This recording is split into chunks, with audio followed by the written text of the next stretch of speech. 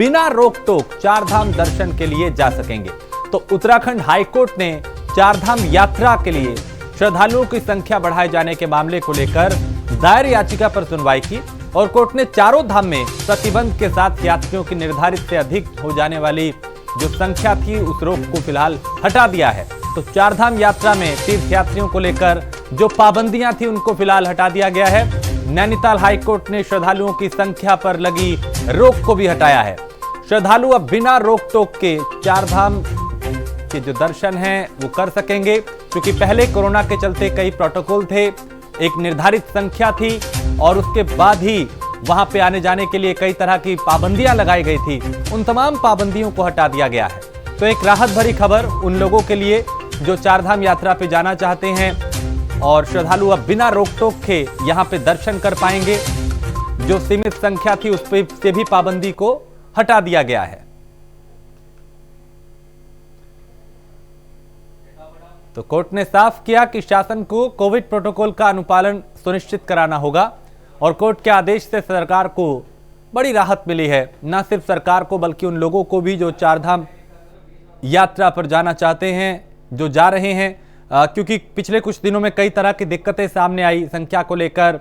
Covid protocol के तहत भी कई तरह के ऐसे नियम थे जो पूर्ण नहीं हो पा रहे थे। कई जगह लापरवाही हुई और कई जगह प्रशासन ने कई श्रद्धालुओं को वापस लौटा दिया।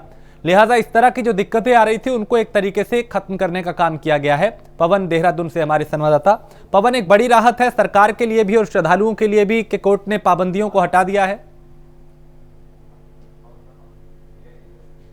माननीय उच्च न्यायालय के द्वारा ये आदेशित किया गया था कि कुछ जो प्रोटोकॉल था, कोविड का प्रोटोकॉल था, कुछ निश्चित श्रद्धालुओं की संख्या को लेकर के जो परमिशन दी गई थी चारधाम यात्रा को लेकर, जिसमें काफी दिक्कतों का सामना करना पड़ रहा था। हालांकि स्थानीय जो लोग हैं, जो चारधाम यात्रा से जुड़े हुए जो व्यवसायी हैं, वो तमाम लोग विरोध भी कर रहे थे। तो वहीं पंडा पुरोहित भी इस निर्णय का विरोध कर रहे थे, क्योंकि मंदिरों, हालांकि मुख्यमंत्री पुष्कर सिंह धामी ने भी ये माना था कि 12 बजे के बाद में ये मंदिरों में श्रद्धालुओं की संख्या है वो बिल्कुल ना के बराबर रह जाती है।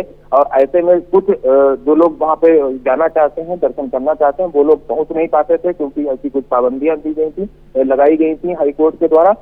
उसको देखते हुए हाईकोर्ट में सरकार के द्वारा अपना पक्ष रखा गया और इस पे अपील की गई थी जनहित में इसके श्रद्धालुओं की संख्या को बढ़ाने को लेकर के।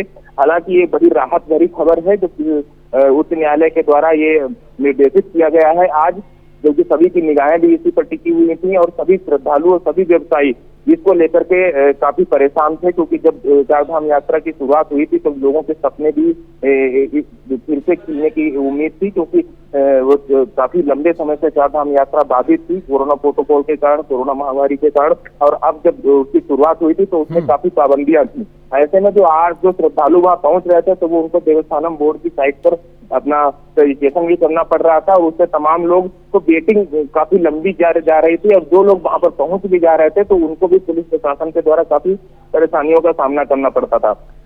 लेकिन पवन, कोरोना की जो स्थिति है वो अभी बिल्कुल तमाम लोगों को पवन, जो अभी कोरोना की स्थिति है, चूंकि लापरवाही नहीं बरतनी, कहीं पे ज्यादा भीड़ ना हो, जो प्रोटोकॉल है उसका पालन हो, ऐसे में अब सरकार की जिम्मेदारी और बढ़ जाती है कि जो संख्या हटी है उसमें इस बात का भी ख्याल रखा जाए कि जो नियम है कोरोना के उनका पालन हो, प्रोटोकॉल का पालन हो। उसके लिए क्या कुछ किया जा रहा है?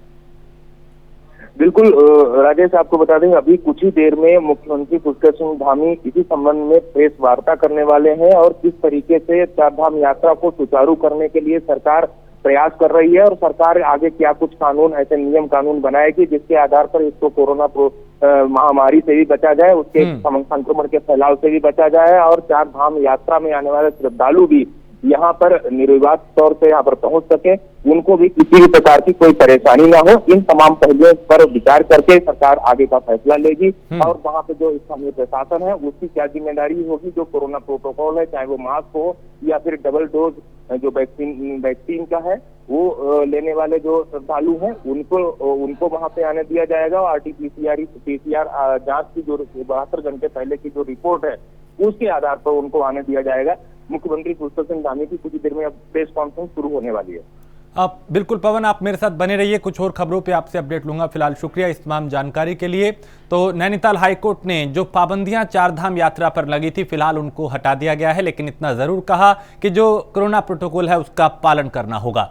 अगली खबर देहरादून से है, जहां 7 अक्टूबर को उत्तराखंड के दौरे पे प्रधानमंत्री नरेंद्र मोदी रहेंगे और पीएम के आने की से पहले जो तैयारियां हैं वो तेज की जा रही हैं। ऋषिकेश एम्स में ऑक्सीजन प्लांट का वो लोकार्पण करेंगे और करीब 162 अन्य प्लांट का भी वो लोकार्पण करेंगे।